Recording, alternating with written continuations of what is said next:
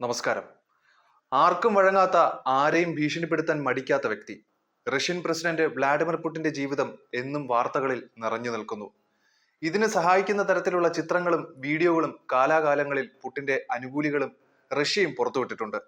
രാഷ്ട്രീയത്തിൽ വരുന്നതിന് മുൻപ് രഹസ്യാന്വേഷണ ഏജൻസി ഏജന്റായിരുന്ന കാലത്തെയും അതിനു മുൻപുള്ള പുടിന്റെ ജീവിതത്തെക്കുറിച്ച് കാര്യമായ അറിവ് പൊതുസമൂഹത്തിനില്ല. പുടിന്റെ പ്രതാപകാലത്തിന് മുൻപുള്ള കാലത്തെ ജീവിതത്തെക്കുറിച്ചുള്ള ചിത്രങ്ങൾ അടക്കമുള്ള വിവരങ്ങളാണ് ഇപ്പോൾ പുറത്തു വരുന്നത്. ഇന്നത്തെ കാർക്കശ്യക്കാരനായ പുടിന്റെ വ്യക്തിത്വത്തിന് ചേരാത്ത ചിത്രങ്ങളാണ് കൗമാരക്കാരനായ പുടിന്റേത്. 1952 ഒക്ടോബർ 1 ലെനിൻഗ്രാഡിൽ ജനിച്ച പുടിൻ ചെറുപ്പം മുതലേ ആയോധന കലകളിൽ താല്പര്യമുള്ളയാളായിരുന്നു. ജൂഡോയുടെയും ഗുസ്തിയുടെയും റഷ്യൻ കോംബോയായ സാംബോയിൽ 16 വയസ്സായപ്പോഴേക്കും കഴിവ് തെളിയിക്കാൻ പുടിന് സാധിച്ചു. ആയോധന കലകളിലെ പ്രാവീണ്യം മാത്രമല്ല, പഠിക്കാനുള്ള കഴിവും കൂടിയാണ് അന്നത്തെ സോവിയറ്റ് യൂണിയനിലെ വിഖ്യാതമായ സെന്റ് പീറ്റേഴ്സ്ബർഗ് ഹൈസ്കൂൾ പുടിന് പ്രവേശനം നേടിക്കൊടുത്തത്. പുടിന് പ്രിയപ്പെട്ട രസതന്ത്രത്തിൽ മികച്ച വിദ്യാഭ്യാസം നൽകുന്ന അന്നത്തെ പ്രധാന വിദ്യാലയങ്ങളിൽ ഒന്നായിരുന്നു ഇത്. പിന്നീട് ജീവശാസ്ത്രത്തിലേക്കും കലകളിലേക്കും പുടിന്റെ താല്പര്യങ്ങൾ മാറി മറിയുന്നുണ്ട്. സ്കൂളിലെ റേഡിയോ സ്റ്റേഷനിലും പുടിൻ സജീവമായിരുന്നു. സ്കൂൾ കാലത്ത് സുഹൃത്തിനൊപ്പം ഗുസ്തി കൂടുന്ന പുടിന്റെ ചിത്രവും കൗമാരക്കാരനായ പുടിന്റെ ചിത്രവും വനിതാ സുഹൃത്തിനൊപ്പം ചിരിച്ചുകൊണ്ട് നിൽക്കുന്ന ചിത്രവും പുറത്തു വന്നിട്ടുണ്ട്.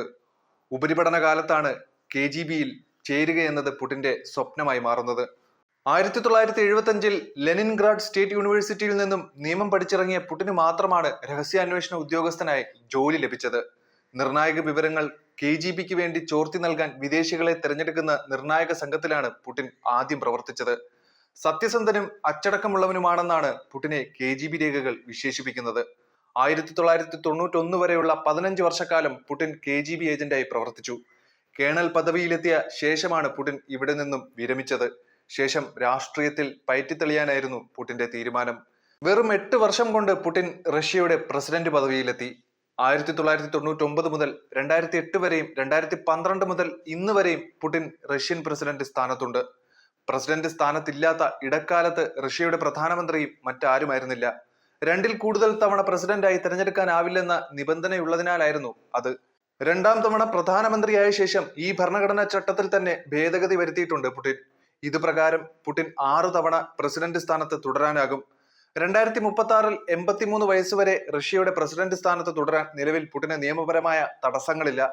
ഗ്രാൻഡ് ക്രെംലിൻ പാലസിൽ നിന്നും വ്ളാഡിമിർ പുടിൻ എന്ന ഭരണാധികാരി ഓരോ തവണയും അധികാരത്തിലെത്തുമ്പോൾ കഥകളും കെട്ടുകഥകളും ഒക്കെ ചേർത്ത് ഒരു ഡോണിനെ പ്രതിഷ്ഠിച്ചു കഴിഞ്ഞു ലോകം. തന്റെ 5-ാം ടേം മെയ് 7 പുടിൻ ആരംഭിച്ചു. രൂപം കൊണ്ടും ഭാവപ്രകടനങ്ങൾ കൊണ്ടും നടപ്പും ഇരിപ്പും തുടങ്ങി പുടിനെ ചുറ്റിപ്പറ്റി കഥകൾ പലതുണ്ട്.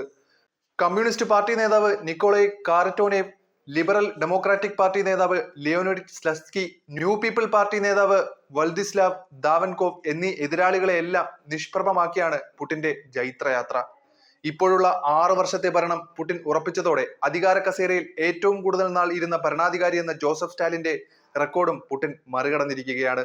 യുക്രൈനിൽ വിനാശകരമായ യുദ്ധം ആരംഭിക്കുകയും എല്ലാ അധികാരവും തന്റെ കൈകളിൽ കേന്ദ്രീകരിക്കുകയും ചെയ്ത ശേഷമാണ് പുടിന്റെ പുതിയ തുടക്കമെന്നതും എടുത്തു പറയേണ്ടതാണ്.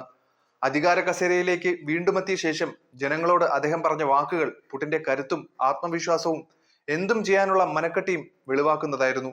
നമ്മുടെ തീരുമാനം, നമ്മുടെ കാഴ്ചപ്പാട് ഭീഷണിപ്പെടുത്താൻ വരുന്നവരെയും അടിച്ചമർത്തണമെന്ന് ആഗ്രഹിക്കുന്നവരെയും ഗൗനിക്കേണ്ടതില്ല. ഇത് നമ്മുടെ ചരിത്ര നേട്ടം എന്നായിരുന്നു പ്രസിഡന്റ് പുടിൻ പറഞ്ഞത്.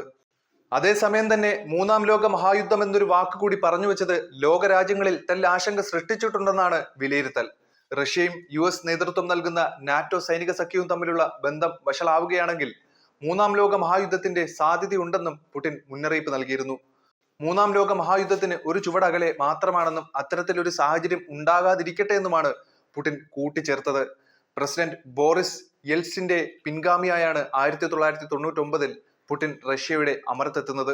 സാമ്പത്തിക തകർച്ചയിൽ നിന്ന് ഉയർന്നു വരുന്ന ഒരു രാജ്യത്തിൽ നിന്ന് ആഗോള സുരക്ഷയെ ഭീഷണിപ്പെടുത്തുന്നതും ലോകരാജ്യങ്ങൾ ആശങ്കയോടെ നോക്കിക്കാണുന്നതുമായ ഒരു രാജ്യമാക്കി പുടിൻ റഷ്യയെ മാറ്റി.